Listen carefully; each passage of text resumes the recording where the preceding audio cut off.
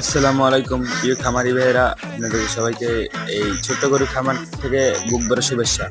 তো আমি মোহাম্মদ মুরসালিন, বেশি পেট না করে আজকের ভিডিওটা এখান থেকে শুরু করি।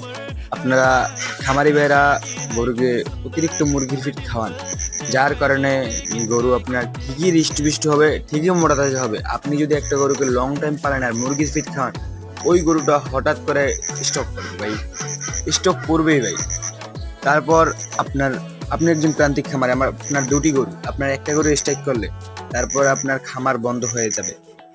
আপনার খামার বন্ধ হয়ে গেলে আপনি তো আর খামারে ঢুকবেন না। তাই ভাই বলি, শখের জায়গা থেকে পারলেও ভাই মোটা তাজা করানোর জন্য মুরগির ফিট খাওয়াবেন না ভাই। আর ভিডিওটা বেশি বেশি করে শেয়ার করে দিন, যাতে অন্য খামারি দেখার সুযোগ পায় এবং অন্য খামারি যাতে সাবধানতা অবলম্বন করতে পারে ভাই। ভিডিওটা বেশি বেশি করে শেয়ার করে দিবেন।